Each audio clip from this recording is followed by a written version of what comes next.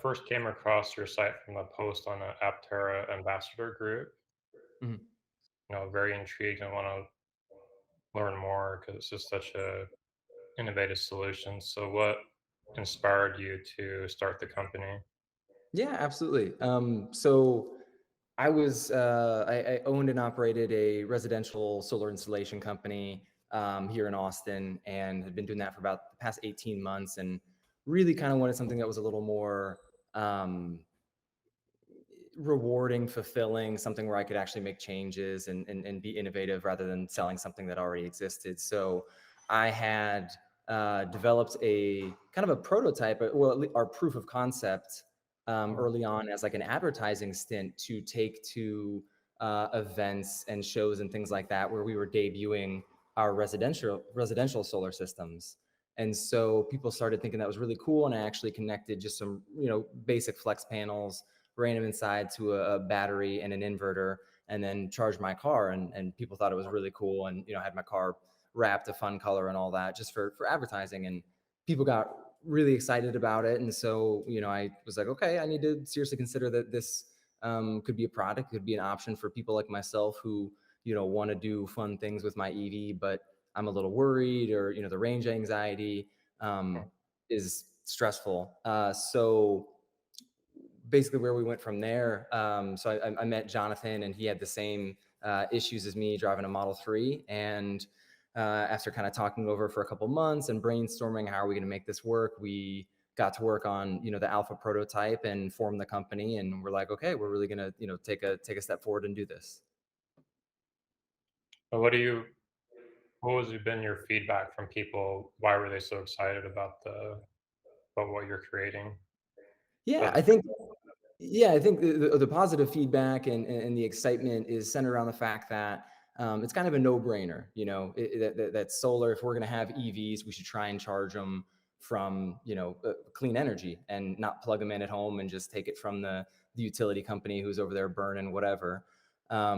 So people are excited about it because that's one, why they purchased the EV is to make a difference, and two, there's so many nitpicky issues that come with EV ownership that we all face. And if it's simple range anxiety taking a trip, or if it's lifestyle aversion, not wanting to go camping, or hey, we'll take the SUV instead of the EV on this trip because we don't want to have to deal with this or that. So there's a lot of things that are holding people back from even entering the market, let alone dealing with their everyday life with the car. So the excitement is it just comes from a lot of people have talked about this too, talked about doing it, and Elon hasn't been a fan of it, even though Solar City, all that other stuff, they have all the components to make it work. But at the end of the day, it's really about making the car more efficient so that solar really has an impact. So I'm not going to pretend that I can go out there and start an EV company, but what I can do is offer an aftermarket solution for people that want this product and know it can help them. Right. And how many people are at your company now? So right now, it's Jonathan and myself, and then we have a engineering and design team. Okay. Mm. Does this fit on all the Teslas, or are you focused mainly on the Model 3 right now? So for the launch, we're focused on the Model 3, and that's what will take us through the first order, I guess the first bulk order from manufacturing. But we have designs for the other cars in development right now. We think that the Cybertruck is going to be just a massive market for a piece of equipment like this. So we have a really exciting kind of different take on the Cybertruck project, and then we'd love to move into other EVs too. But we can't get too far ahead of ourselves here. We got to focus on making a really good product for the Model 3 first. Does the Model 3 and Y, is the height difference in the back much different for like the So fold-out panels? the rear pullout panels are going to be the same for almost every EV. Once we get to the Cybertruck, we can actually make them bigger, which is great. Oh, But for the Y, you have a much larger roof, and it's actually tapered a little differently. So we'll have to have a different yeah, flex panel made for that for the roof. gotcha. But the internal components should really be the same. It should just be making a different mold for that. Gotcha. So what's the On the inverter, you have, I saw you had a 110 volt and a 220. What's the amp rating on the circuits? I assume you're charging from those plugs, Right, right? right. Yes, Yeah. so it will be 5 and 30. So 5 for the 110. Mhm. Yeah, Okay. which is the standard, trickle charge amount. Right. Mhm. What's the minimum amount of watts you need to get from the panels for the either the 220 or 110 to actually accept a charge, or for the EV So to accept a charge? right. So for the battery, as long as there's any watts coming, any kind of solar, it'll be receiving that into the battery, because there's a battery connected to the inverter, because we have to have a way to store it before we can put it directly into the Oh, car's battery. Yeah, and I saw that's one of the later questions, but I think that would be a massive advance in our technology to be able to cut out the secondary backup battery. While it okay. provides a lot of use, and we think it's an important part of the system. It would be really nice to just have a panel sitting on top going right into the car. But then you have to start working with manufacturers and all that, and companies like Aptera that are integrating it from the get go. That's fantastic. That's what we're hoping for. But we're here to take care of the other 10, 20, 30 plus million EVs in the next 5 to 10 years that don't have that situation. Gotcha, that makes sense. How big is the internal battery? So the internal battery, we're going to offer two. One is going to be a little bit larger. It's going to be a 6 kilowatt, and that is going to be for your outdoor campers, off-grid people, so we can hold as much charge, as much mileage in there as possible, and it'll provide a really nice like safety backup. The other one, I think we're going to go with a 2 kilowatt, and so that will provide enough charge to get you out of a pinch if you do die on the way to the supercharger or something like that, but it'll give Mm, us enough buffer where we can accept the charge and then dump it into the car. okay, that makes sense. For the folding panels, what's the dimensions like when they're all kinda sandwiched together, like, in the Yeah. trunk kind of deal? Yeah. So again, so flex panels, much different than standard solar panels that go on your roof. They're really only about like 3 to 4 millimeters thick. So they're kind of like a little thick plastic. Mhm. And so the dimensions that we're working with right now are 42 by 28 per panel. And so those will fit nicely in the rear. And then it'll probably be, with the modules on top, about 8 to 10 inches once they're stacked nice and neat. So there'll still That's be room in the trunk for other things, which is nice. I know that some people had made comments about, okay, well, that defeats the purpose if I can't carry anything in the trunk. And mhm. well, No, that's very reasonable, actually. Do you have, like, some kind of basic protector to put over the panels, like, when they're not in use and inside the trunk so they don't get scratched or dinged? yeah, it'll come with kind of a case, like the charge case that you get when you purchase a Tesla, and it's kind of like a vinyl zipper, and you can just flip it open. It'll be something like that. Okay, cool. And how much do, like, each of the components pay, like the solar roof or the Mhm. panels? I guess the inverter would be different based on the battery that's in it, but Right. So the panels are really light. So I don't imagine the roof panel weighing more than probably about 8 pounds. And then the stack of fold out panels will be a little heavier. But again, under 20 pounds, something that it's not gonna hinder anybody's ability to like remove it from the trunk. And then if we go with a large battery, it will be a little heavier. The 6 kilowatt will probably be somewhere in 40 to 50 pound range, because that's a serious piece of equipment there. And the smaller one, the 2 kilowatt, will obviously be sub 20 pounds. right. And that's kinda meant to stay in the car, and you're just gonna have a plug coming out Right. to plug in. Yes. So all the kits are going to be designed to charge from within. So there will be like a user installation video where we'll be able to communicate and demonstrate how to connect these kits from the interior of the charge port. So when you open the trunk into the left, so this way it'll be a lot more seamless. You don't have to get a cord out, reach around, plug it in, and also it'll allow it to charge while driving. Oh, really? That was my other question. So you Mhm. can trickle charge off the roof. Mhm. Wow, okay. Yeah, that's something very innovative. I don't think anybody is doing right now, right? Yeah, so we had a talk with Lightyear, and they have obviously done testing on the Model 3 before developing the Lightyear 1. And so they had kind of warned us about all the um, obstacles in charging through, through the interior. And so we'll be able to actually avoid a lot of that and make sure that it's a pretty seamless interface and it can be monitored and first of all safe, and then not void the warranty, of course. Oh, nice. Mm. Can you, like, say if you, whatever reason, don't want to put the roof on, if you want to kind of expand out your panel range, you have panels like at home kind of laying around, can you connect them to the inverter? Yeah, yeah, definitely. So there'll be two solar inputs. So if you want to have different panels plugged in as well as the extendable ones to get as many watts as possible, and then not use the roof panel. Yeah, that's totally doable.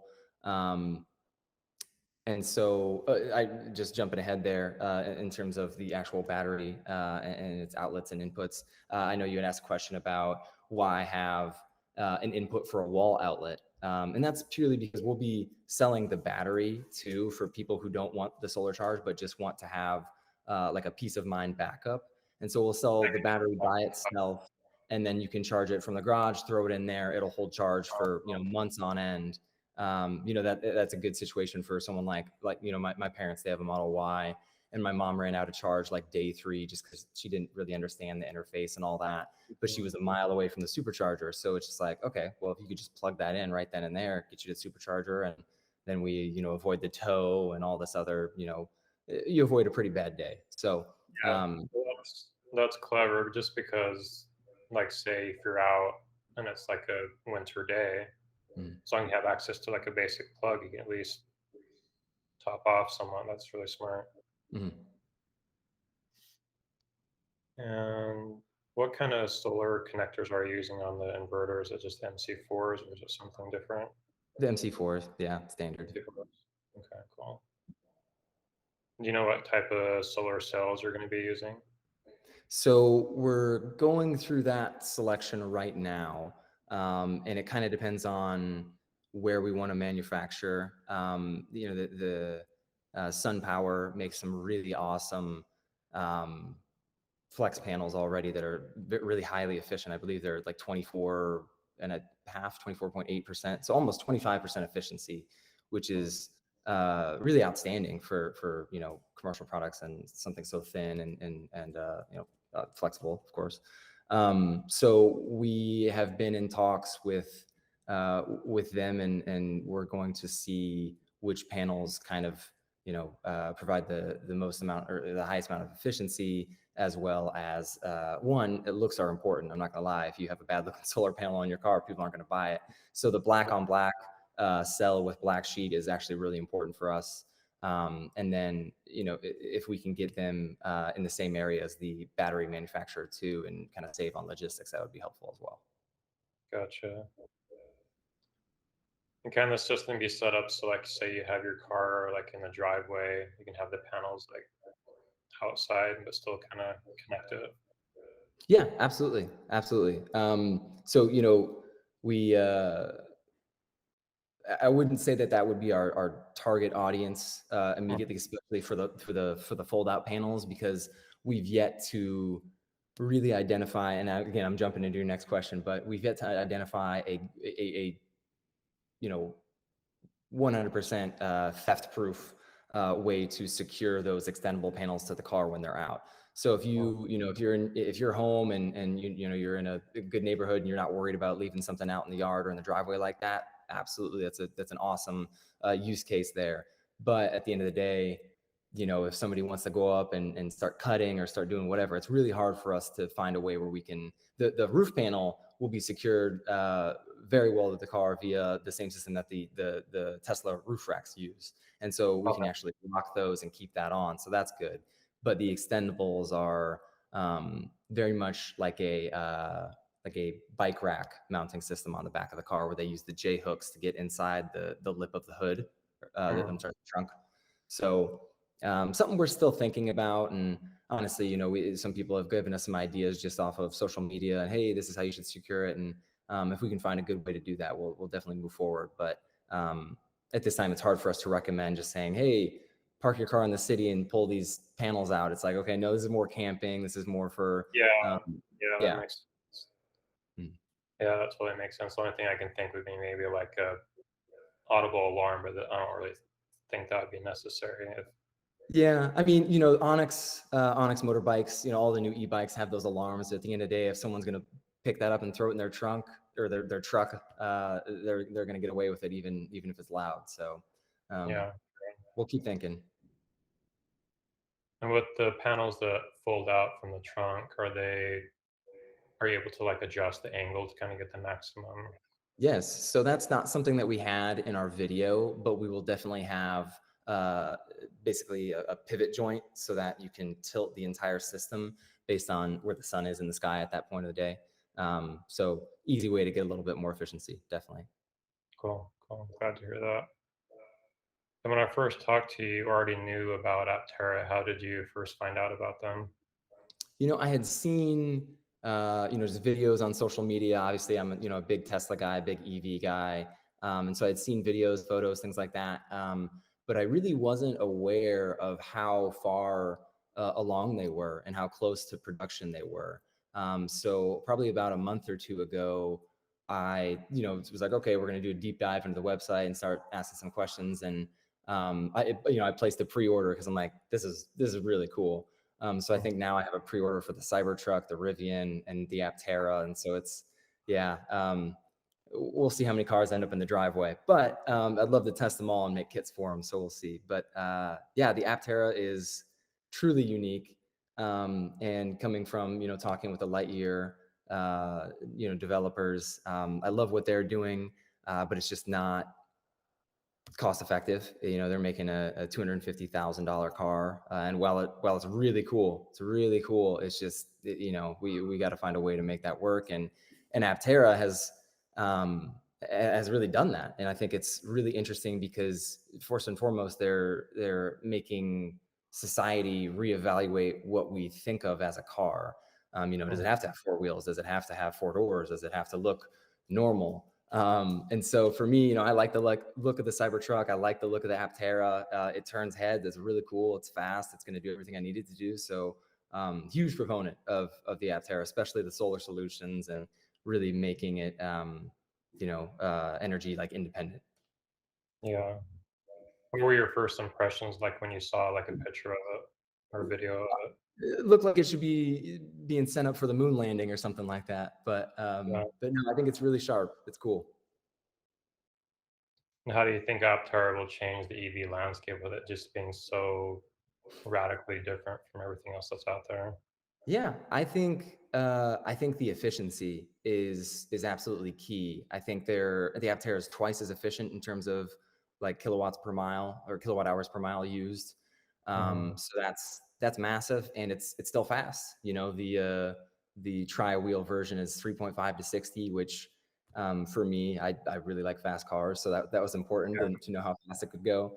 But I think that is what I think will be changed is the body style and what exactly we're looking at here. I think the drivetrain is really interesting. I'd love to learn a little more about the engineering side of the car, and that's not even my specialty. That's Jonathan's specialty. Yeah. He's the engineer. He's a supply chain guy. But yeah, I'm just really excited to see one on the road for the first time. Really excited to see when they start production. But I think it's definitely going to be um, something that might take a little while to catch on, get people on board with driving something that looks so strange. Mhm. But I think they'll be around for the long haul, and I sincerely hope so. Yeah, I believe that too. Do you have any kind of initial ideas of how you would adapt your system for the Aptera?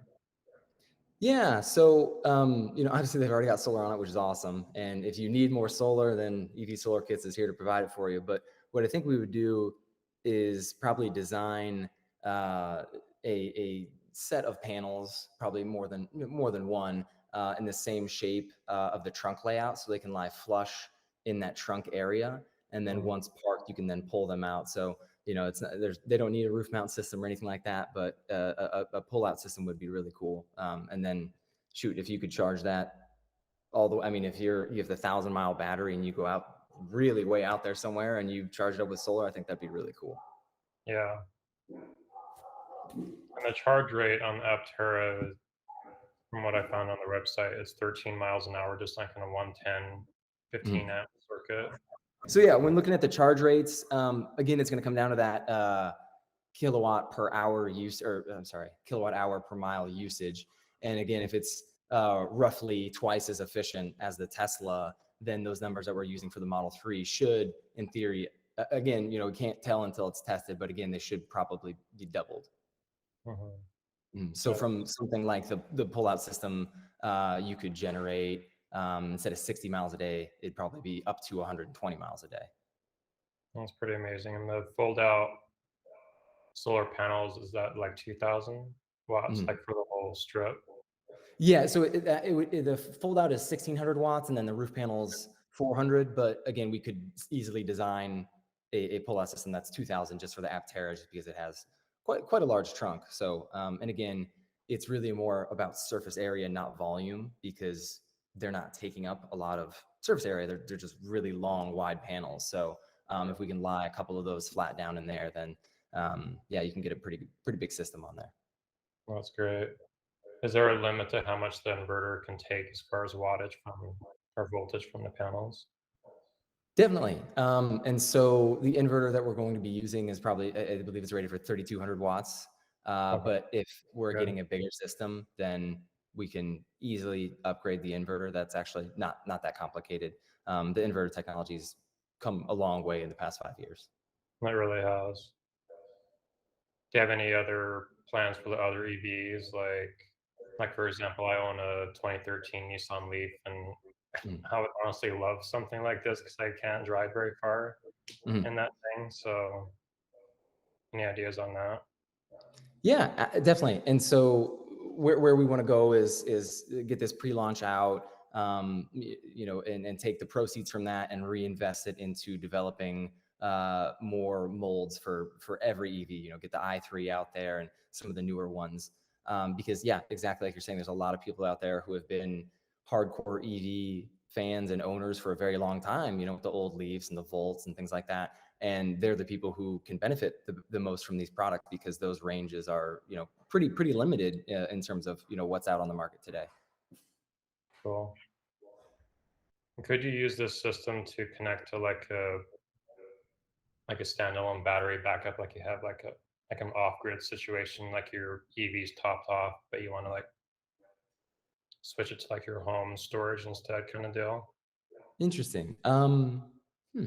If the home system had a solar ready setup, then you could use the panels for that. But as of now, I don't foresee any way that we would be able to transfer, at least through the battery, to a secondary battery.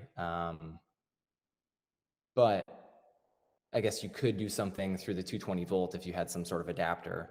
Hmm. Um, Okay. but again, I'm not the electrical engineer, so probably a question better served for Jonathan and our design team. Okay. Any estimates on the lifespan of the solar panels that you're looking at so far? Yeah. So none of the manufacturers that we're talking to have a warranty below 25 years, and that's really the standard in the solar industry. Mhm. And that will come with a efficiency guarantee, obviously. So if it dips below, we'll use a standard number like about 80% by that timeline. Then it's going to be rebated. But the solar tech is impressive. I think the panels will definitely outlast the car, but who knows for how much longer with all the new battery tech coming out.